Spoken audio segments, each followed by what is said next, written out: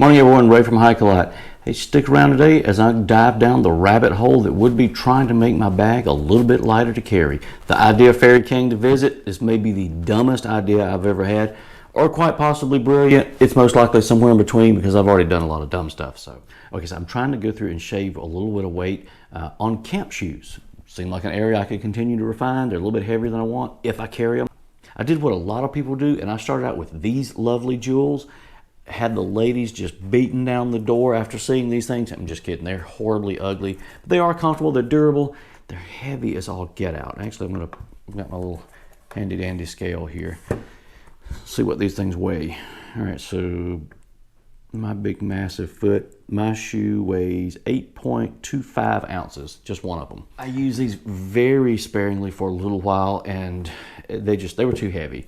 And I stumbled on these even prettier things in a store one day. They were on the clearance rack, super lightweight. Well, they're significantly lighter than what I had on my Crocs.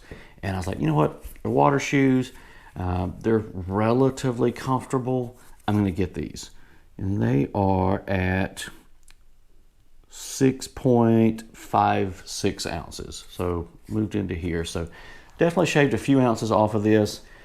Did not lose any points on the cool factor side because these things are, well, they're sexy. But I have been rattling around in my head thinking about making my own camp shoes and wanted to give it a whirl. So we'll see how the idea of Fairy treats me today.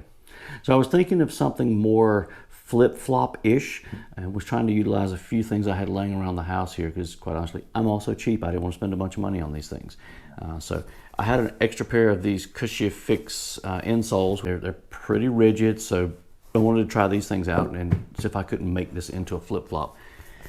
I don't want to obviously just be walking on this on the ground because I'm going to tear that up pretty fast, but I do want something relatively minimal. So I wanted something that was thin, lightweight, but hopefully durable to put back here. Another tip from the Idea Fairy. I think I'm going to try to line it with plastic off of this bottle. Again, recycling maybe. This may be completely stupid. I'm going to try it. We'll see. I've got some bank line I'm going to sew these up with. Also have some shock cord and a little keeper over here to pull these tight. And I'm going to try to make a flip-flop, so stick around.